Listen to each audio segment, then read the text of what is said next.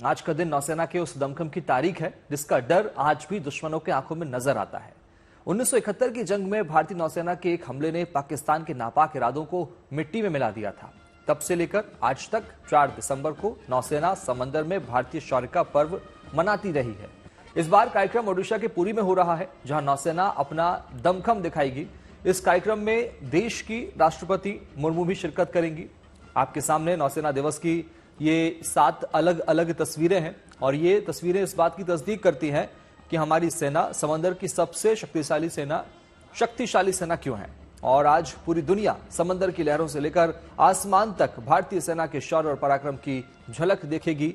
आज दुनिया की सबसे शक्तिशाली सेनाओं में भारतीय सेना का नाम लिया जाता है। इसके पीछे की वजह है भारतीय सेना की साल दर साल बढ़ती ताकत और उसका गौरवशाली इतिहास।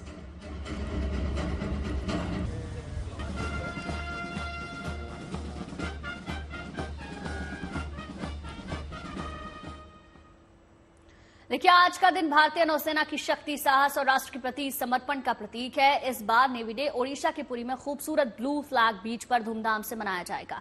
अब से कुछ घंटों बाद होने वाले इस कार्यक्रम से पहले नौसेना ने ब्लू फ्लैग बीच पर फुल ड्रेस रिहर्सल किया। देखिए।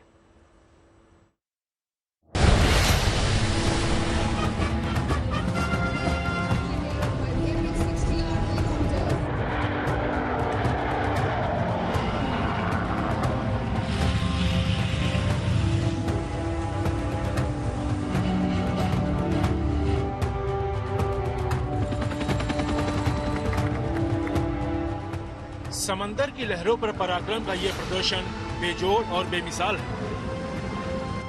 यहाँ जंगी जहाजों का बेड़ा भी है और हवा में फाइटर जेट्स और हेलीकॉप्टर की कलाबाजियां भी हैं। मरीन कमांडो का शौर्य भी है और टैंकों की गर्जना भी है। नेवी के बैंड की मंत्रमुग्ध करने वाली प्रस्तुति भी है और जवानों के बीच गजब का तालमेल भी है। हर भारतीय को गर्व से भर देने वाली ये तस्वीरें ओडिशा के पुरी से आई हैं, जहां 53वें नेवी डे से ठीक पहले खूबसूरत ब्लू फ्लैग बीच पर नौसेना ने फुल ड्रेस रिहर्सल की। इस रिहर्सल के दौरान समंदर से लेकर आसमान तक नौसैनिकों ने अपने पराक्रम का प्रदर्शन किया।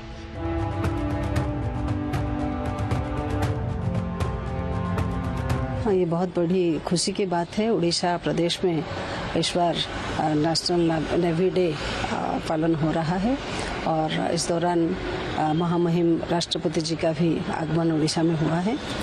और मैं अपने विधानसभा की ओर से सारे अपने विधायकों को साथ लेकर हम सब जा रहे हैं और जो प्रदर्शन होगा उसको भी देखेंगे। और जैसे हम सबको निमंत्रण मिला है तो सभी विधायकों को लेकर हम जा रहे हैं। नौसेना दिवस मनाने का फैसला मई 1972 में हुए एक वरिष्ठ नौसेना अधिकारी सम्मेलन में हुआ था। दरअसल 1971 में भारत पाकिस्तान के बीच युद्ध हुआ था, जिसमें ऑपरेशन चंगेज खां के जवाब में नौसेना ने ऑपरेशन ट्राइडेंट चलाया था और बिना किसी नुकसान के जीत हासिल की थी। तभी से हर साल 4 दिसंबर के दिन नौसेना नेवी डे मनाती आ रही है। जैसा कि आप सबको मालूम होगा, 4 दिसंबर नेवी डे सेलिब्रेट किया जाता है to commemorate the victory of Indian armed forces in 1971 war and specifically for the navy. जब 4 दिसंबर को पाकिस्तान के कराची हार्बर पे एक बहुत ही घातक हमला नेवी की तरफ से हुआ था। ये दिन भारतीय नौसेना की वीरता, समर्पण और देश की समुद्री सीमाओं की रक्षा में उसकी भूमिका को सम्मानित करने के लिए मनाया जाता है। यही वजह है कि इस खास मौके पर नेवी की तरफ से सोशल मीडिया एक्स पर एक वीडियो शेयर किया गया है, जिसमें नौसेना की शक्ति, साहस और राष्ट्र के प्रति समर्पण को दिखाया गया है।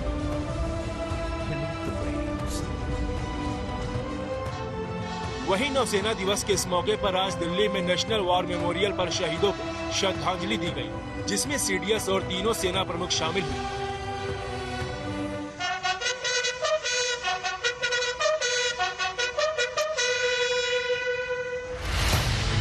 हालांकि हालांकि नेवी डे का मुख्य कार्यक्रम अब से कुछ घंटों बाद ओडिशा के पुरी में होने जा रहा है। इस समारोह में 15 युद्धपोत, 40 से अधिक विमान, ड्रोन, पनडुब्बियां और मरीन कमांडो नजर आएंगे, जो राष्ट्रपति द्रौपदी मुर्मू की मौजूदगी में अपने पराक्रम का प्रदर्शन कुछ इस अंदाज में करते नजर आएंगे। जहाँ तक ऑनरेबल प्रेसिडेंट का टाइमिंग का हिसाब है, वो तकरीबन 4 बजे वो आएंगे वेन्यू पे और वो 5:30 बजे तक वेन्यू पे रहेंगे। उनके आने के दौरान और जाने के पहले दिल be national anthem parade and उसके बाद she will be going for a high tea with selected dignitaries और बाकी लोगों के लिए there will be a drone show and a laser show. नौसेना दिवस से जुड़ी सभी तैयारियों को करीब करीब पूरा कर लिया गया है। अब इंतजार उस पल का है जब दुनिया एक बार फिर भारतीय सेना की उपलब्धियों और पराक्रम की गवाह बनेगी। दिल्ली से शिवानी शर्मा के साथ bureau report, good news today. नौसेना दिवस से पहले प्रेस कॉन्फ्रेंस में नौसेना प्रमुख ने कहा कि आने वाले 10 सालों में नौसेना की ताकत में कई गुना बढ़ोतरी होगी, क्योंकि आने वाले सालों में नौसेना को 31 युद्धपोत और सबमरीन मिलने वाली है। यही नहीं, राफेल एम की डील पर भी तेजी से काम किया जा रहा है। उन्होंने नौसेना के भविष्य की तैयारी के बारे में भी विस्तार से बात की है।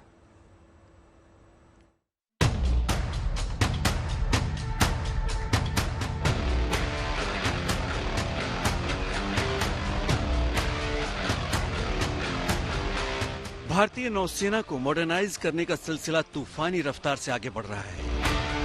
चूंकि भारत 3 ओर से समंदर से घिरा है, इसलिए सरहदों की सुरक्षा की सबसे ज्यादा जिम्मेदारी नौसेना पर ही है। इसलिए हथियारों को आज की जरूरत के हिसाब से अपग्रेड भी किया जा रहा है। नौसेना प्रमुख एडमिरल डीके त्रिपाठी ने कहा है कि भारत अगले महीने 26 राफेल लड़ाकू विमानों के नौसेना संस्करण और 3 स्कॉर्पियन पनडुब्बियों की खरीद के लिए अलग अलग समझौतों पर हस्ताक्षर कर सकता है। Very advance stage of acquisition process, इसमें फाइनल लेवल पे है I would say, and it is just one level short of taking it to the CCS for clearance and there are followed by contract sign. See it is a government to government deal, so I expect it should happen fast.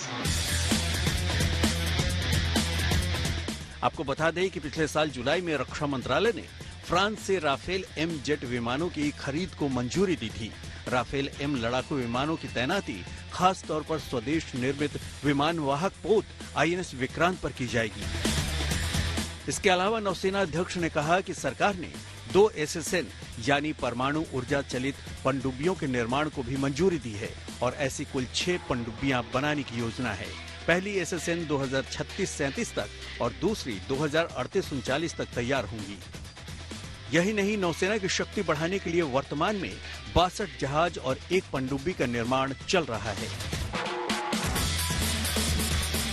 Like I said, we are building 31 ships here in India, ships and submarines. Acceptance of necessity is there for 31 more. There are more in pipeline which are at various pre-even stages. But if you add these 63 plus 31, that itself becomes 94. And 2 ships are being built in Russia. It's not a secret. So we are talking of 96 ships and submarines which are likely to be inducted in the next 10 years.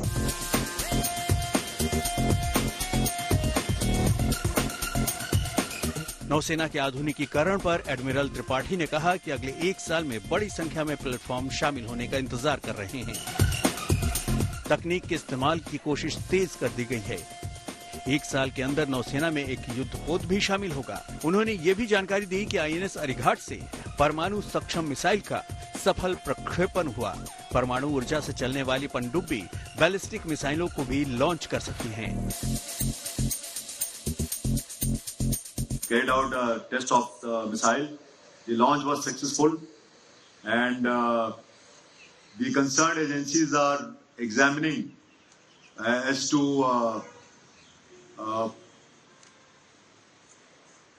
what trajectory the missile took, and we'll come back with that answer once that process is completed. Admiral Tripathi ने कहा कि दुश्मन देश चीन और पाकिस्तान की नौसेनाओं की गतिविधियों पर कड़ी नजर रखी जा रही है। पाकिस्तानी नौसेना को सशक्त बनाने में चीनी मदद से उसके मंसूबे साफ हैं, इसलिए हमारी तैयारी भी पूरी है। मंजीत नेगी के साथ bureau report, good news today. चलिए अब आपको अंतरिक्ष में हिंदुस्तान की ताकत दिखाते हैं। किसी भी सैटेलाइट को अंतरिक्ष में स्थापित करने के लिए इसरो दुनिया भर की स्पेस एजेंसियों की पहली पसंद बन गया है। आज इसरो का PSLV rocket European space agency के प्रोबा 3 मिशन को लॉन्च करेगा। प्रोबा 3 को अंतरिक्ष में ऐसी कक्षा में स्थापित करना है जहां सैटेलाइट को पहुंचाना सिर्फ काबिल और अनुभवी स्पेस एजेंसी के ही बस की बात है। देखिए खास रिपोर्ट।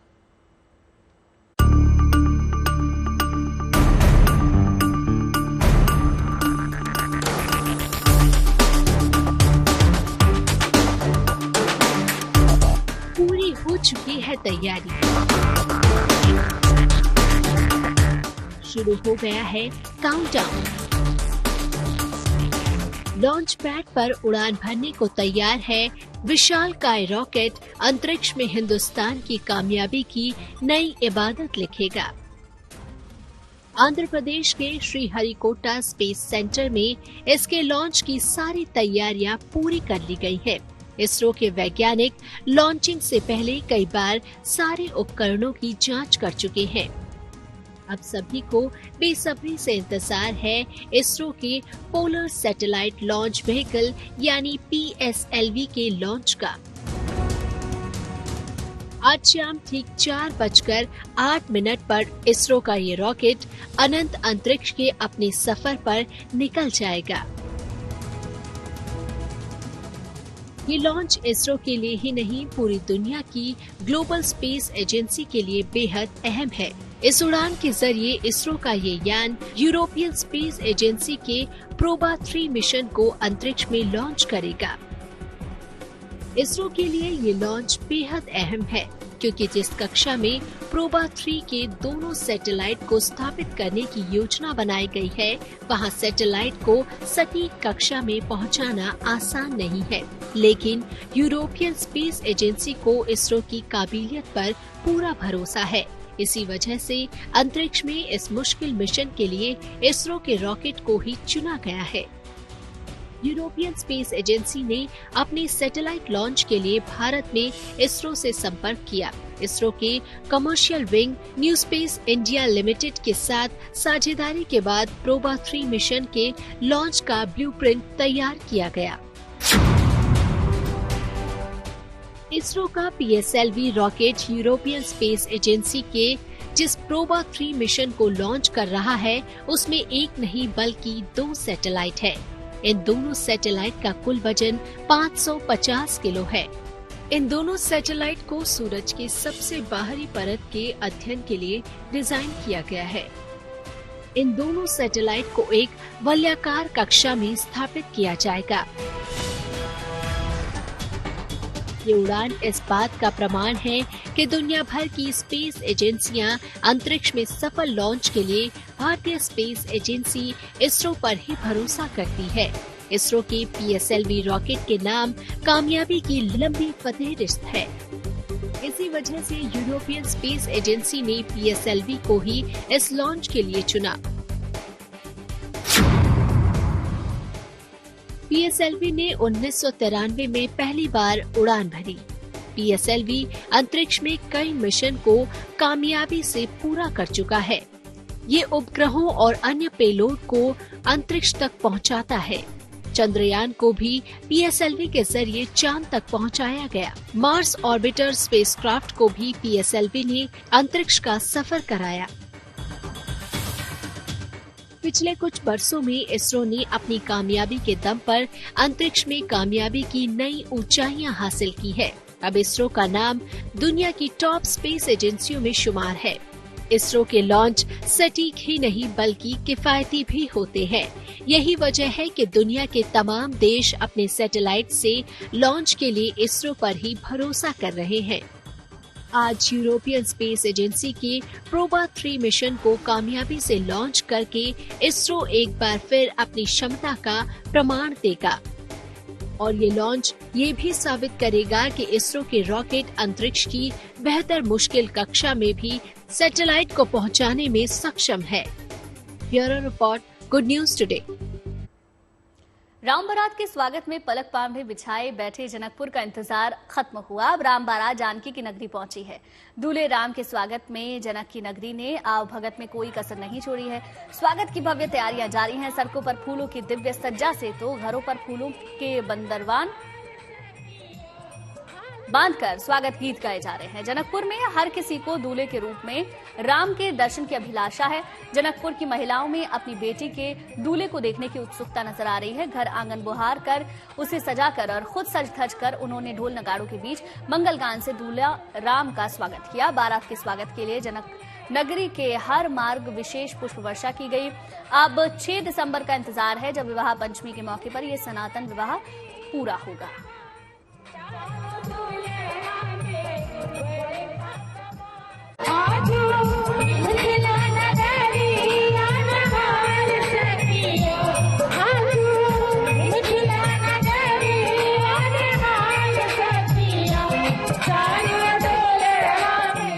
माता जानकी की नगरी जनकपुर धाम में उत्सव की रौनक है। दुल्हन की तरह सच सवर कर तैयार है जानकी मंदिर। लाइट से जगमग मंदिर की रात की छटा देखते ही बन रही है। जनकपुर धाम की दीवारें वाल्मीकि रामायण में दर्शाए गए प्रसंगों को बयां कर रही है। मिथिला में जिस तरह विवाह में लोग गाने की परंपरा है, ठीक उसी तरह यहाँ भी ऐसी ही तस्वीरें हैं।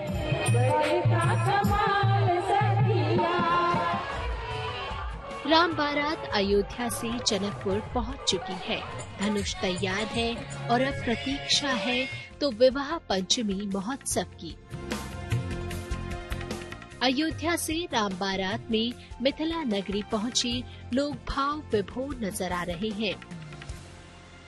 रास्ता पर जगह जगह आम जनता पब्लिक की तरह से खेत खलिहानों से आरती की थाली सजा करके भगवान राम की आरती के लिए दौड़ रहे हैं। जगह जगह दिव्य और भव्य स्वागत हो रहा है। ऐसा महसूस होता है कि प्रभु राम जी के रामावतार में जब वो यहाँ जनकपुर आ रहे होंगे उस समय भी यही परिस्थिति, ऐसी सेवा रही होगी। पुष्प वर्षा ग्रामीण शहरवासियों के द्वारा जगह जगह पर करवाया गया। महिलाएं, नौजवान, बच्चे, स्कूली बच्चे भी बाहर निकलकर स्वागत कर रहे थे। वास्तविक बहुत सुंदर दृश्य था, बहुत सुंदर दृश्य। रामनगरी से राम बारात के अयोध्या पहुंचने पर जिस तरह मिथिला की परंपरा के अनुसार स्वागत किया गया, उनके मुताबिक उन्हें ऐसा आभास हो रहा है जैसे कि वो त्रेता युग में पहुंच गए हैं। भगवान श्री राम अपनी सभी भाइयों के साथ अब जनकपुर धाम में विराजमान है। उनके पास ही विशाल धनुष रखा हुआ है। इसी धनुष को तोड़कर प्रभु श्री राम जनक नंदिनी के साथ विवाह के बंधन में बंधेंगे। अयोध्या में भगवान रामलला की प्राण प्रतिष्ठा के बाद पहली बार भगवान श्री राम की बारात नेपाल के जनकपुर पहुंची है। इसीलिए इस बार का आयोजन भी विशेष है। 6 दिसंबर को विवाह पंचमी है। मान्यता है कि इस दिन भगवान श्री राम और माता सीता का विवाह हुआ था। हर साल इस दिन सीता राम के विवाह का आयोजन होता है, जिसको लेकर भव्य तैयारियां की गई है। We have prepared extensive, comprehensive security plan for the Ram Janaki Vivaha Panchami. We are focused for VIP security, pilgrims security, and visitors security. We have deployed 1461 police personnel from Nepal Police and more than 750 police personnel from armed police force. जाहिर है योजना बड़ी है तो सुरक्षा के भी पुख्ता इंतजाम किए गए हैं। 6 दिसंबर को होने वाले राम जानकी विवाह के आयोजन के बाद बारात 8 दिसंबर को अयोध्या के लिए विदा हो जाएगी। उससे पहले यहाँ विवाह उत्सव को लेकर रौनक देखते ही बन रही है। जनकपुर नेपाल से गणेश शंकर के साथ bureau report, good news today.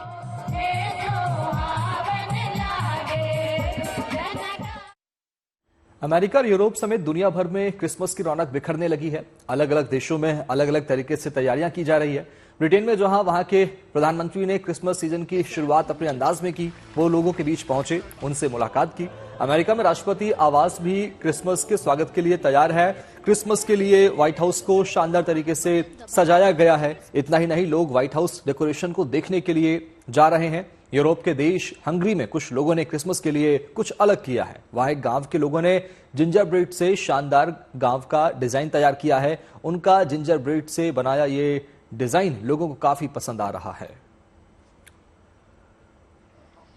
ये तस्वीर आप देखिए, लंदन, हंगरी और व्हाइट हाउस यानी अमेरिका की तस्वीरें। रोशनी से व्हाइट हाउस को सजाया गया है और हंगरी में भी ये खास तरह से तैयार किया गया है। लंदन में क्रिसमस का सीजन शुरू हो चुका है, लोग अब पहुंचना शुरू हो गए हैं।